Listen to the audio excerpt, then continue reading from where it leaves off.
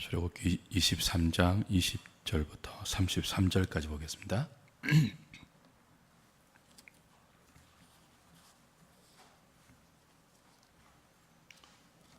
제가 한 절, 여러분이 한 절. 출애굽기 23장 20절부터 33절까지 교독합니다. 내가 사자를 내 앞서 보내어 길에서 너를 보호하여 너를 내가 예비한 곳에 이르게 하리니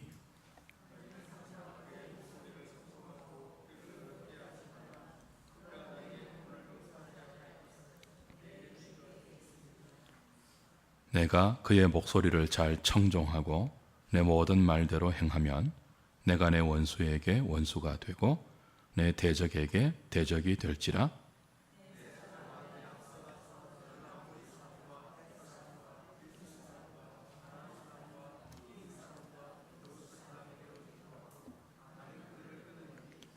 너는 그들의 신을 경배하지 말며 섬기지 말며 그들의 행위를 본받지 말고 그것들을 다 깨트리며 그들의 주상을 부수고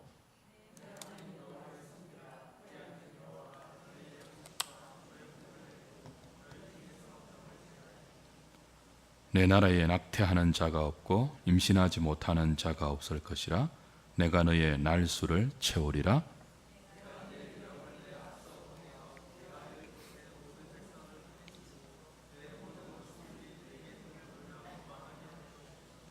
내가 왕벌을 내 앞에 보내리니 그 벌이 히위 족속과 가나안 족속과 헷 족속을 내 앞에서 쫓아내리라.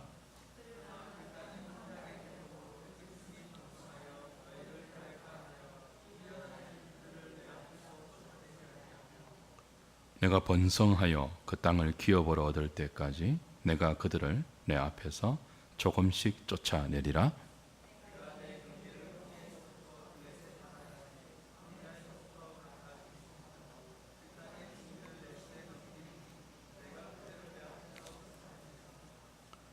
너는 그들과 그들의 신들과 언약하지 말라. 그들이 내 땅에 머무르지 못할 것은 그들이 너를 내게 범죄하게 할까 두려움이라. 내가 그 신들을 섬기면 그것이 너의 올무가 되리라. 아멘. 방금 읽은 이 본문은 20장부터 시작된 십계명과 율법 언약의 결론에 해당되는 부분입니다. 이제 다음 주에 볼 24장에는요, 이 모든 그 율법의 말씀에 대한 공식적인 언약 체결이 맺어집니다.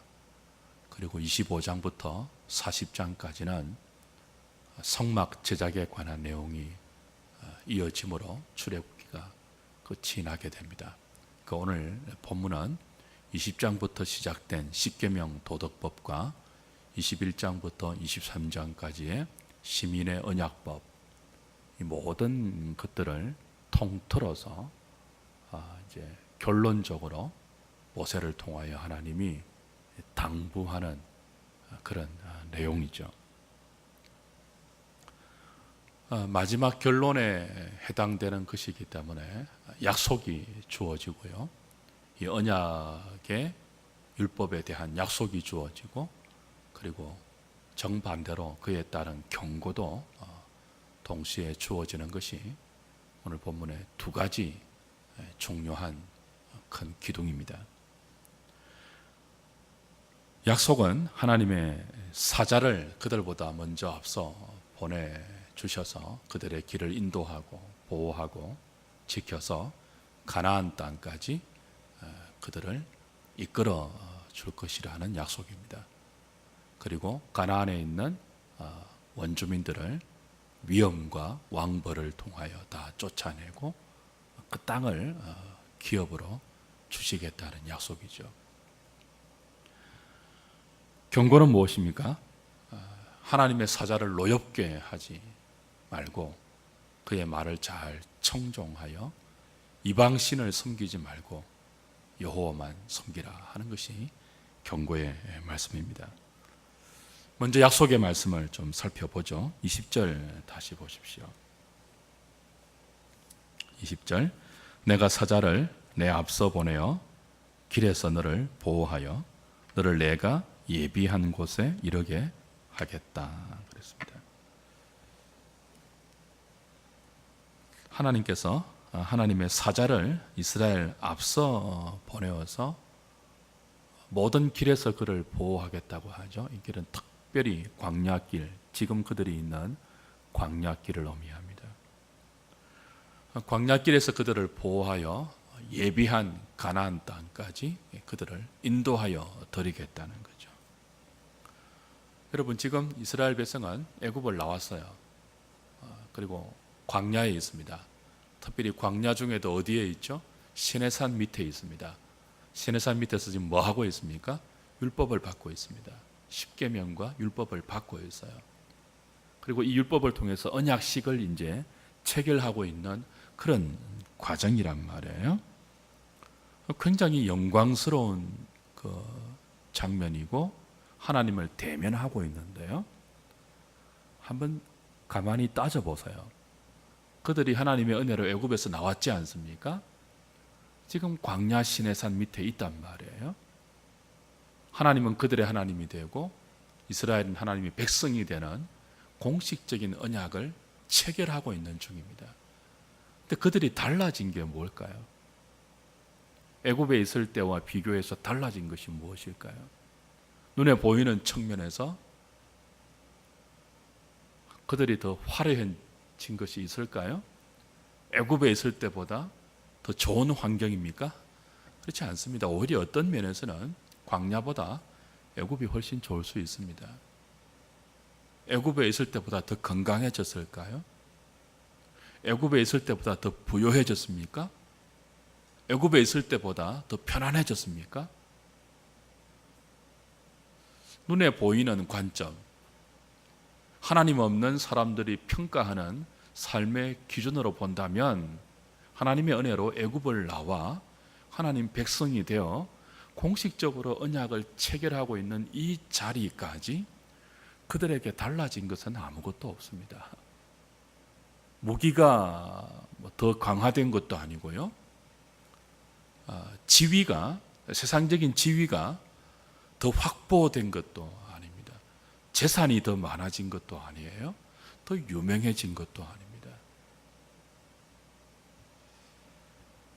딱 하나 달라진 것이 있다면 율법을 받고 있는 것입니다. 하나님께서 시내산에 임재하시면서 친히 그들에게 영광의 율법을 주고 있다는 것입니다. 하나님으로부터 직접 이 언약의 율법을 받고 있는 것, 이것 외에는 달라진 것이 없어요. 그리고 이 율법의 보정으로 하나님이 오늘 약속하는 게 하나 있죠. 여호와의 사자입니다. 그러니까 애굽에서 나온 이스라엘 백성들이 달라진 것이 있다면 율법을 받는 것과 여호와의 사자를 약속으로 받고 있는 것, 그 외에는 사실 별로 달라진 게 없어요. 오히려 겉으로 볼 때는 더 힘들어진 것처럼 보입니다. 광야가 웬일입니까? 물도 없고 먹을 양식도 없는 광야가 웬일이란 말입니까? 그러나 그들에게 그 어느 누구도 받지 못하는 율법이 주어지고 있고 그 어느 누구에게도 약속되지 않은 여호와의 사자가 약속되고 있습니다. 이것이 굉장히 달라진 거죠. 사랑하는 여러분, 저와 여러분들에게 하나님의 사자를 통해서 우리의 삶을 보호해 주시겠다는 약속, 여호와께서 친히 그의 사자를 허락하셔서 우리의 앞길을 인도하시고 우리의 갈 길을 예비하시며 우리가 필요한 모든 것들을 친히 그 사자를 통해서 공급하시겠다는 이 약속만큼 소중한 것이 없다는 사실을 다시 기억할 수 있어야 됩니다. 예수 믿고 나서 여러분에게 달라진 것이 무엇인지 한번 돌아보세요. 우리가 예수를 믿고 나서 세상적인 관점으로 볼 때 무엇이 달라졌습니까? 예수 믿으면 꼭 믿지 않는 사람보다 더 부자가 됩니까? 그렇지 않습니다. 더 건강해집니까? 그렇지 않습니다. 예수 믿는 가정의 자녀들은 더 공부를 잘합니까? 그렇지 않습니다.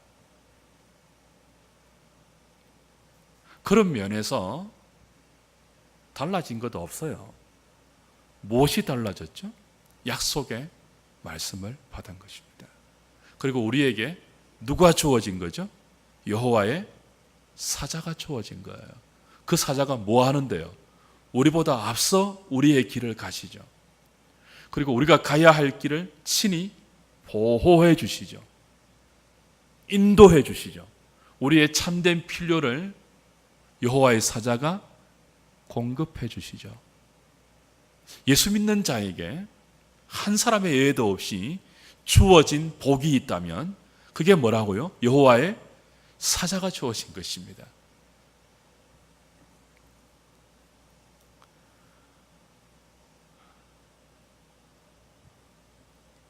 이스라엘 백성들이 광야에서도 그렇고 앞으로 들어가야 할 가나안 땅에서도 그렇고 하나님의 사자, 지금 그들에게 약속되고 있는 여호와의 사자, 이분을 잘 의지하고 이분의 말을 잘 듣고 이분을 잘 신뢰하고 따라가면 광야이든 어디이든 망하는 법이 없습니다. 그만큼 여호와의 사자가 중요해요. 그렇다면 여러분, 여호와의 사자가 누구일까요? 여기에 대해서 학자들 사이에 의견이 분분합니다. 제가 오늘 설교를 준비하기 위해서 책을 한 10몇 권 다 뒤져봤는데요. 크게 세 가지로 의견이 나누어져요. 어떤 학자들은 여기 나오는 여호와의 사자가 사람이라고 합니다. 어떤 사람은 모세라 그러고요. 어떤 사람은 여호수아라고 그럽니다. 근데 출애굽기 전체의 문맥과 모세오경 전체의 문맥, 나아가서 구약 성경 전체의 문맥, 더 나아가 신약 성경까지 하나님 말씀 전체를 우리가 좀 관통해 본다면 여기 나오는 여호와의 사자는 사람일 수 없습니다. 모세와 여호수아는 이 여호와의 사자의 종에 불과하죠. 모세가 여호와의 사자는 아닙니다. 여기 말하는 사자는 아닙니다. 여호수아도 여기 말하는 사자는 아닙니다. 어떤 학자는 여기 나오는 사자를 천사라고 봅니다. 수호천사라는 거죠. 그러나 성경 전체의 맥락에서 볼 때 여기 하나님께서 이스라엘 백성들에게 약속하고 있는, 그들보다 먼저 그들의 길을 가셔서 그들을 친히 보호하시고 인도하시며 지키시며 그들의 모든 것들을 공급하시는 이분은 수호천사 정도가 아닙니다. 여호와의 사자가 누구일까요? 오늘 본문에 좀 특별한 표현이 있는데요. 21절에 보시면 여호와의 사자에 대해서 이런 표현을 합니다. 너희는 삼가 그의 목소리를 청종하라. 여기 그는 이제 여호와의 사자죠. 그를 노엽게 하지도 말라. 그가 너희의 허물을 용서하지 아니할 것은 내 이름이 그에게 있다 그랬죠. 자, 여기 나오는 여호와의 사자는요, 여호와 이름이 있는 존재예요. 천사에게 여호와 이름은 없습니다. 여호와 이름이 있다고 해서 어떤 사람은 여호수아라고 그래요. 여호수아가 예수아라는 뜻이니까 봐라 이게 여호와 이름 아니냐라고 말하는데, 그러나 성경 전체에서 본다면 여호수아가 그들보다 앞서가서 지키고 이런 일을 하지 못하거든요. 그러니까 여기 나오는 여호와의 사자, 하나님의 이름이 있는 여호와의 사자는 성육신하기 이전에 예수 그리스도입니다. 이게 성경 전체가 말하는 여호와의 사자에 관한 가장 부합된 그 사상이죠. 누구라고요? 여호와의 사자는 곧 예수 그리스도입니다. 예수님은 육신을 입고 오시기 전 구약 시절부터, 구약 시대부터 그의 백성들의 필요를 공급하신 하나님의 사자였습니다. 예수님은 구약 시대부터 그의 백성들보다 먼저 앞서 가셔서 그들을 인도하고 보호하고 지키시는 여호와의 사자였습니다. 예수님에게는 여호와의 이름이 있었습니다. 지금 광야에서 구름 기둥, 불 기둥으로 이스라엘 백성들을 인도하고 있는 분이 누구라고요? 바로 여호와의 사자입니다. 구름기둥, 불기둥은 하나님의 임재의 상징이에요. 그리고 이스라엘 백성들이 직접 눈으로 목도한 실제적인 것이기도 했습니다. 구름기둥, 불기둥은 초자연적인 현상이었지만 사실 그것은 성육신하기 이전에 그의 백성들 가운데 거하시면서 그의 백성들을 인도하시는, 그의 백성들을 지키시는, 그의 백성들을 보호하시는 예수 그리스도이죠. 예수 그리스도, 그분이 바로 우리보다 앞서서 우리의 길을 인도하시고 우리의 길을 열어주시고 우리의 삶을 구체적으로 보호하시며 우리가 정말 필요한 우리의 필요를 참되게 공급하시는, 지금 광야인데 하늘에서 만나가 내리죠. 메추라기가 떨어져요. 이거 누가 주신다고요? 여호와의 사자이신 예수 그리스도가 주시는 거예요. 성육신하기 이전에 예수 그리스도가 친히 그의 백성들에게 양식을 공급하고 있다고요. 요한복음 6장에서는 뭐라고 합니까? 너희 조상들이 광야에서 먹었던 하늘의 떡은 바로 내가 하늘의 떡으로 내려오는 바로 나를 예표하는 것이다. 친히 해석해 주셨지 않습니까? 6월절에 이스라엘 백성들이 어린 양의 피를 믿음으로 발라서 하나님의 진노가 지나가는 것을 경험했습니다. 그들이 믿음으로 잡아서 그들이 믿음으로 자기들의 집 문설주와 임방에 발랐던 그 어린 양의 피, 그 6월절 어린 양이 누구입니까? 바로 여호와의 사자를 예표하는 거죠. 나중에 육신을 입고 오셔서 우리 대신 십자가에 달려 우리의 죄를 짊어지고 피 흘리고 돌아가신 예수 그리스도, 그분이 여호와의 사자입니다.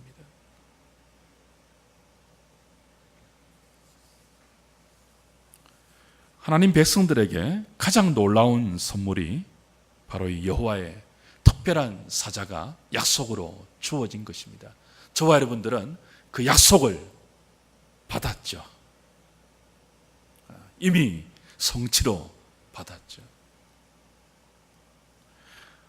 광야에 있는 이스라엘 백성들에게 외형적으로 달라진 것은 없다고요. 그러나 무엇이 달라졌다고요? 세상 누구도 약속으로 받지 못하는 하나님의 특별한 사자, 성육신하기 이전에 예수 그리스도를 약속으로 받은 거예요.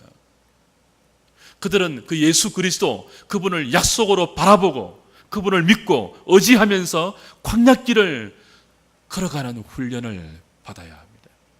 가나안 땅에 들어갔어도 약속으로 주신 여호와의 사자, 그분을 믿고 의지하고 그분을 따라가면 망하지 않을 거예요.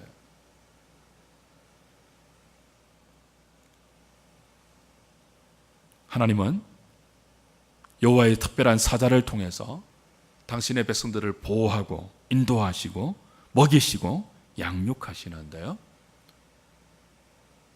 이 여호와의 사자가 그의 백성들을 어떻게 보호하실까요? 어떻게 지키시고 그들을 어떻게 인도하실까요? 그게 이제 20장부터 23장까지 주신 언약의 말씀이에요. 그리고 24장부터 25장부터 40장까지 주실 성막이에요. 성막은 누구의 집일까요? 여호와의 사자의 집입니다. 하나님의 집이에요. 온 우주보다 크신 그 광대하신 하나님이 그 성막의 지성소 얼마나 작아요. 그 작은 지성소 안에 거하시면서, 이게 말도 안 되는 기적이거든요. 그렇게 광대한 분이 그렇게 작은 지성소 안에, 그것도 법궤 안에 어떻게 계실 수 있습니까? 자기를 제한시켜서, 자기를 축소시켜서 그 백성 가운데 거하시면서 그들을 인도하시는 거예요. 그 성막 안에서 그들의 예배를 받아주시면서 오늘 시내산 밑에서 주시고 있는 이 영광스러운 언약의 율법을 통하여 그들을 인도하시고 가르치시고 그들의 갈 길을 지시하시는 여호와의 특별한 사자. 이스라엘 백성들의 생사는 여호와의 사자에 대한 그들의 태도에 달려있는 것입니다. 여러분, 이스라엘 백성의 생사는 무기에 달려있지 않아요. 금은 보화에 달려있지 않아요. 육신의 건강에 달려있지 않아요. 하나님이 특별하게 약속하신 이 여호와의 사자에 대한 그들의 믿음에 달려있는 것입니다. 그들이 이분의 말을 청종할 것인가? 이분을 믿고 섬기고 의지할 것인가? 그렇지 않으면 불순종할 것인가? 거기에 이들의 생사가 달려있는 것입니다. 그래서 오늘 하나님은 이 여호와의 사자를 약속하시면서 신신당부하죠. 어떻게 하든지 너희들은 그를 노엽게 하지 말라. 그의 말을 들으라.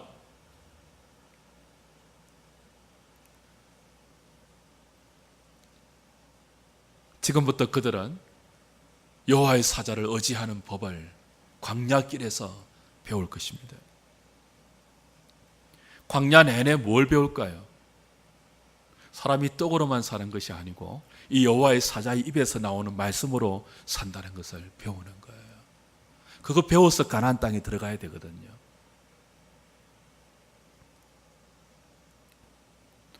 광야 내내 무엇을 배울까요?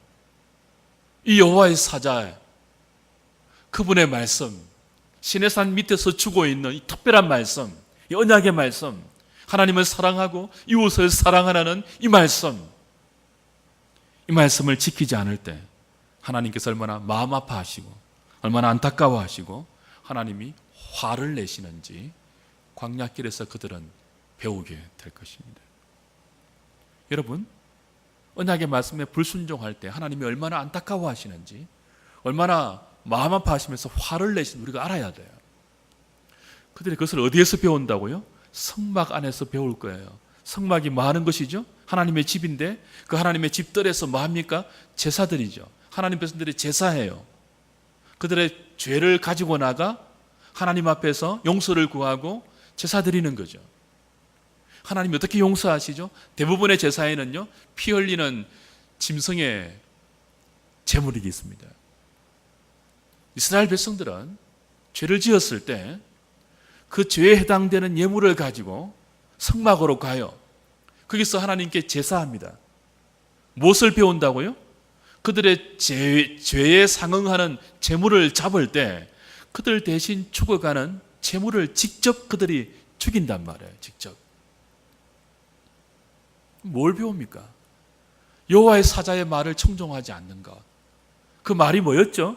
20장부터 23장까지 계속 이어져 왔던 말씀이잖아요. 10계명부터 시민법에 해당되는 여호와를 사랑하고 이웃을 사랑하는 것. 그 말씀대로 살지 못하고 타락한 본성대로 살아갈 때 하나님이 얼마나 마음 아파하시는지, 얼마나 화를 내시는지, 어느 정도 화를 내신다고요? 죽이신다고요. 그 말씀에 청종하지 않는 나에 해당되는 재물을 죽이신다고요. 피 흘리신다고요. 자기 대신 죽어가는 짐승들을 보면서, 자기 대신 피 흘리는 짐승들을 보면서 이스라엘 백성들은 뼈에 사무치게 하나님 마음을 배워야 돼요.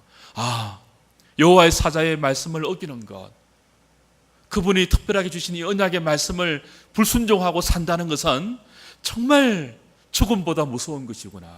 하나님이 정말 싫어하는 것이구나. 정말 마음 아파하시고 안타까워하시면서 화를 내시는구나. 내가 죽어야 하지만 그래도 나를 불쌍히 보셔서 내 대신 이 양을 죽이고 소를 죽이고 비둘기를 죽여서 나에게 다시 한번 새로운 삶의 기회를 주시는구나. 광야길 내내 그들은 성막에서 제사하며 그걸 배워야 하죠. 여러분, 이것만 잘 배우면 돼요. 하나님 백성들은.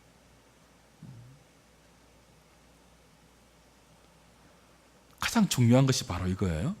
하나님 백성들은 떡으로만 사는 것이 아닙니다. 이 여호와의 특별한 사자의 입에서 나오는 말씀으로 사는 존재. 광야이든 사막이든 상관없어요. 우리가 이런 존재에 대한 것을 알고 여호와의 사자를 철저하게 의지하면서 그분의 말씀이 인도하는 대로 따라가면 광야에서도 길이 납니다. 사막에서도 샘이 터져요. 그러나 궁궐에 있어도 여호와의 사자의 특별한 이 말씀을 무시하고 어기고 자기 욕망대로 살아가면 궁궐이 무덤이 되는 존재가 하나님의 백성들입니다. 다윗이 광야에서 범죄하지 않았습니다. 다윗이 궁궐에서 범죄했습니다. 이 여호와의 사자의 말씀을 업신여기다가 범죄했어요.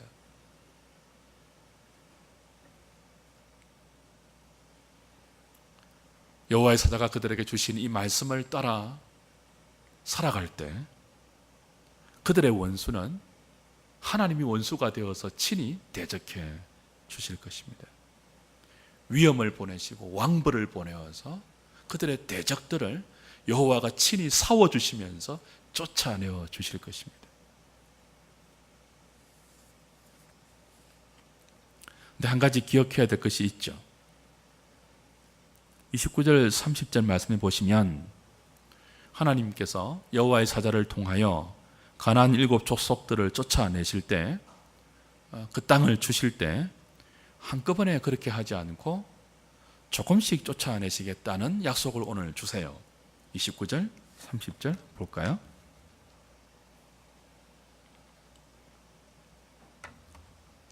(27절은) 내 위엄을 내 앞서 보낸다라고 했고요. 28절은 내가 왕벌을 내 앞에 보낸다라고 했습니다. 그래서 위엄과 왕벌을 통해서 가나안 족속을 쫓아내어 주신다고 약속을 했는데요. 29절에는 그러나 그 땅이 황폐하게 되므로 들짐승이 번성하여 너희를 해할까 하여 1년 안에는 그들을 내 앞에서 쫓아내지 아니하고 내가 번성하여 그 땅을 기업으로 얻을 때까지 내가 그들을 내 앞에서 어떻게 해요? 조금씩 쫓아내리라. 이렇게 말씀하고 있어요. 한꺼번에 다 쫓아내어 주시면 좋겠지만 하나님은 그 약속을 주시지 않고 그들의 유익을 위하여, 그들을 위해서 1년 후에 조금씩 쫓아내겠다고 말씀하세요. 우리 구원의 여정에 있어서 성화에 대한 놀라운 통찰력을 이 구절이 제공하고 있죠. 우리는 가나안 땅에 들어가고 또 광야길을 걸으면서 하나님 백성으로서의 삶을, 이 거룩한 율법을 통하여 실현하고 여호와의 특별한 사자를 경외하면서 살아갈 때 이게 한꺼번에 되지 않습니다. 하나님이 친히 인도하시는 그런 길임에도 불구하고 하나님은 조금씩 약속의 땅을 그들에게 주시겠다고 해요. 왜냐하면 그들을 위해서입니다. 조금씩 한꺼번에 다 주면 우린 참 죄성이 있는 인생이어서 고마운지도 몰라요. 돌았으면 고마운지를 몰라요. 하나님께서 한꺼번에 원수들을 다 그냥 진멸시키고 한꺼번에 다 주시면요, 당연한 건 줄 알 겁니다. 감사하지 못할 거예요. 또 한 가지는 이 조금씩 쫓아내는 과정을 통하여 우리는 우리의 연약함을 절감하게 됩니다. 그리고 그 과정을 통해서, 구원은 이 과정이죠. 적각성이 있지만 점진성이 있단 말이에요. 칭의는 적각적이지만 성화는 점진적이에요. 이 점진적인 성화의 과정을 통하여 우리는 여호와의 사자에 대한 우리의 믿음을 키워갑니다. 동시에 뭐예요? 우리 자신의 연약함에 대해서 절감하면서 여호와의 사자가 얼마나 우리에게 소중한 분이며 이 여호와의 사자의 도움과 여호와의 사자의 능력과 여호와의 사자의 자비가 없다면 우린 우리의 힘과 우리의 재주와 우리의 능력으로 약속의 땅을 조금 더 차지할 수 없으며 이 거룩한 말씀을 청종할 수 없다는 사실을 조금씩 과정을 통하여 배우게 될 것입니다. 그 과정 속에서 우리가 지금 그 과정을 지나고 사실은 있죠. 이 과정 속에서 저와 여러분들이 잊지 말아야 할 것이 있습니다. 그게 뭐죠? 이 여호와의 사자의 말씀을 잘 청종하는 거예요. 이방신을 절대로 섬기지 않는 거예요. 오늘 본문의 두 가지 기둥이 뭐라고요? 하나는 약속이에요. 여호와의 사자에 대한 약속이에요. 또 하나는 뭐죠? 경고예요. 이방신을 섬기지 말라는 경고예요. 이것이 반복적으로 나오는데요, 얼마나 많이 나오는지 몰라요. 21절에는 그 목소리를 청종하라. 그를 노엽게 하지 말라라고 했죠. 22절에도 똑같은 말이 반복되어요. 그의 목소리를 잘 청종하고 내 모든 말대로 행하라 라고 하죠. 24절에는요, 가나안의 신을 경배하고 섬기지 말라 합니다. 그들의 행위를 본받지 말라 합니다. 그들의 신들을 다 깨뜨리고 주상을 부수라 그럽니다. 왜 그렇게 해야 하죠? 25절에는 여호와를 하나님만 섬기기 위해서입니다. 이것은 오늘 본문의 마지막 결론 부분인 32절, 33절에 다시 반복됩니다. 너는 그들과 그들의 신과 언약하지 말라. 지금 나와 언약하고 있으니까 가나안의 신들과 언약하지 말라. 세상 가치관과 손잡지 말라는 거예요. 내가 그 신을 섬기면 그것이 너의 올무가 될 것이다. 오늘 마지막 33절에 그런 말로 끝이 나죠. 하나님 백성들에게 삶의 올무는 다른 것이 아니에요. 세속 가치관과 손을 잡는 거예요. 여호와의 사자가 주신 이 영광스러운 언약의 율법과 우리의 삶을 붙들어 매는 것이 아니고 세상의 가치관과 우리의 삶을 붙들어 메워서 그들이 이끄는 대로 따라가는 그것이 우리의 올무가 될 거라는 거죠. 사랑하는 여러분, 오늘 모세를 통해서 하나님께서 이스라엘 백성들에게 주시고 있는 내용이 무엇입니까? 내가 나의 사자를 보내어서 너희보다 앞서 너희의 길을 인도할 것이며 보호할 것이며 필요를 공급하며 싸워줄 것이니까 너희는 내 말을 잘 청종하고 나를 잘 섬기라는 거예요. 제발 이것을 하라는 거예요. 제발. 여기 광야길이든 앞으로 내가 들여보낼 가나안 땅이든 어디이든 이 두 가지만 좀 지켜라는 거예요. 제발 내가 너희들 앞서 보내는 나의 사자, 내 이름이 그 위에 있는 특별한 나의 사자, 그를 노엽게 하지 말라. 그의 말은 나의 말이니 그의 말을 잘 청종하고 그를 섬겨라. 그리고 너희 귀에 매력적으로 들리고 너희 눈에 정말 좋게 보이는 가나안 땅의 농경신, 비신, 그죠? 눈신, 다른 이방신들 손잡지 말고 섬기지 말고 그들은 다 깨트려버리고 부수어라. 이 두 가지만 제발 좀 지켜라. 그러면 너희들의 삶이 안전할 것이다. 나머지는 내가 다 책임진다. 그렇게 말씀하고 있는 것이 본문의 내용입니다. 여러분, 이 본문을 잘 보시면 분위기가 하나 느껴질 거예요. 제가 오늘 설교의 제목으로 신신당부라고 잡았는데요. 부모가 어린아이를 학교에 내보내거나 길에 내보낼 때, 유치원에 내보낼 때 신신당부하잖아요. 길 건널 때 차 잘 보고, 낯선 사람이 접근해서 과자 사준다 하면 따라가지 말고 신신당부하잖아요. 집에 혼자 있을 때 띵동 눌린다고 함부로 문 열어주지 말고 엄마, 아빠만 열어줘라. 신신당부하잖아요. 그 분위기 안 느껴지세요? 내가 나의 사자를 너희들 앞서 보내어서 너희들 모든 것을 지켜줄게. 너희들 필요를 다 채워줄게. 니네들이 할 말은 뭐예요? 그 말만 들으면 된다는 거예요. 제발 다른 사람 말 들으면 안 된다는 거예요. 다른 신들 섬기면 안 된다는 거예요. 신신당부하고 있죠. 반복해서 당부하고 있죠. 살 길이 그거야. 근데 우리가 알죠? 역사를 보면서 알죠? 이 하나님의 신신당부가 어떻게 됩니까? 이스라엘 백성들에게 먹히지 않죠. 그들은 보란 듯이 이 하나님의 간절한 당부를 발로 짓밟습니다. 하나님 말씀을 무시합니다. 정말 무시해요. 말씀을 무시하는 것은 여호와의 사자를 무시하는 것이고, 여호와의 사자를 무시하는 것은 여호와를 무시하는 거죠. 그들은 하나님 눈앞에서 보란듯이 이방신을 섬기고요, 성막과 성전에 여호가 아닌 다른 신들을 겸하여 섬깁니다. 우리 에스겔에서 공부할 때, 수요일날 공부할 때 배웠죠. 에스겔은 바벨론 포로에 잡혀가서 그발 강가에서 활동했던 선지자 아닙니까? 그 에스겔 선자를 통해서 예루살렘 성전의 실상을 하나님 보여주셨죠. 예루살렘 성전 방 곳곳에 뭐가 있었습니까? 말로 다 형언하지 못하는 더러운 우상들이 다 숨겨져 있었죠. 그게 그들의 실상이었습니다.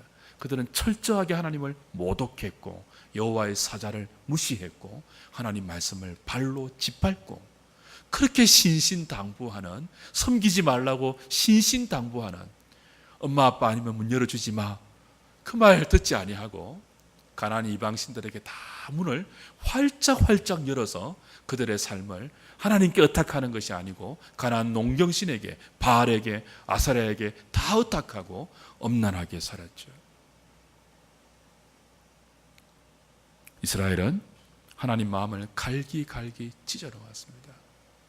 신신당부하고 있는 부모의 마음을 찢는 어리석은 자녀처럼 이스라엘은 신신당부하고 있는 하나님과 그의 보내신 여호와의 사자, 성육신하기 이전에 예수 그리스도의 마음을 갈갈이 찢어 놓았습니다.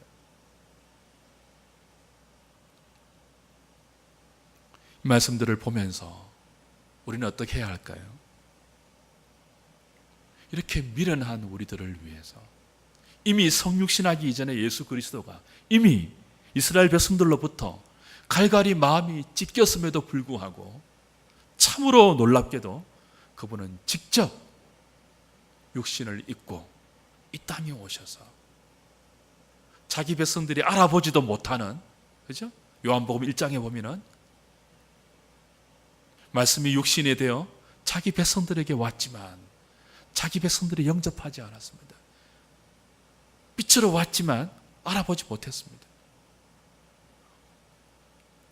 그럼에도 불구하고 그분이 직접 육신을 입고 오셔서 우리 대신 십자가에 달려 마음이 찢어지는 정도가 아니고 그의 육신이 몸소 갈갈이 찢기면서 우리의 죄를 다 담당하시고 장사된 지 사흘 만에 부활하셔서 약속하신 성령을 보내어 친히 우리와 함께 하시면서 이 약속을 성취하셨고 이 약속을 계속 이어가고 있습니다. 구약에는 성막에 계셨죠. 솔로몬 성전에 계셨지만은 이제는 사람의 손으로 지은 그 성전에 거하시지 아니하고 친히 백성된 우리 안에 거하시면서 우리를 성전 삼아 떠나지 아니하시고 우리를 위해서 말할 수 없는 탄식으로 간구하시며 우리의 연약함을 담당하시면서 지금도 우리를 가르치고 인도하고 신신당부하면서 우리 속에 역사하고 계시죠. 동일한 말씀으로 우리를 가르치면서 설득하고 우리에게 부탁하고 있습니다. 얘들아, 니네들은 떡으로만 사는 존재 아니야. 니네들은 나를 떡으로 먹어야 돼. 나는 하늘로 내려온 산떡이야. 니네들은 물만 마시고 살 수 있는 존재가 아니야. 니네들은 나를 마셔야 돼. 내 말을 청종하고 나를 잘 따르면 광야를 가든 어디를 가든 니네들의 삶은 내가 책임질게. 오늘도 예수 그리스도가 우리에게 당부하고 있습니다. 여러분, 세상이 만만치 않죠. 그러나 광야보다 험하지 않습니다. 이 현대가 아무리 험해도요, 광야보다 험하지 않다고요. 그분은 광야의 마라의 선물을 달게 바꾸어 주신 분입니다. 마실 수 없는 마라의 선물에 나무를 던지니, 여호와가 지시하신 나무를 던지니 곧 달아졌죠. 그 여호와가 지시한 한 나무, 거기 정관사가 붙어 있거든요. 여호와가 지시한 그 한 나무, 예수 그리스도입니다. 그분이 달린 십자가예요. 이 험한 세상을 그리스도의 십자가 바라보시면서 그분을 따라가십시오. 아무도 여러분을 해치지 못할 것입니다. 여러분의 원수가 친히 하나님이 되어주실 것입니다. 하나님이 여러분의 원수를 대적해 주실 것이며 우리 대신 싸워주실 것입니다. 우리가 할 일이 그거예요. 그분을 잘 따라가는 거예요.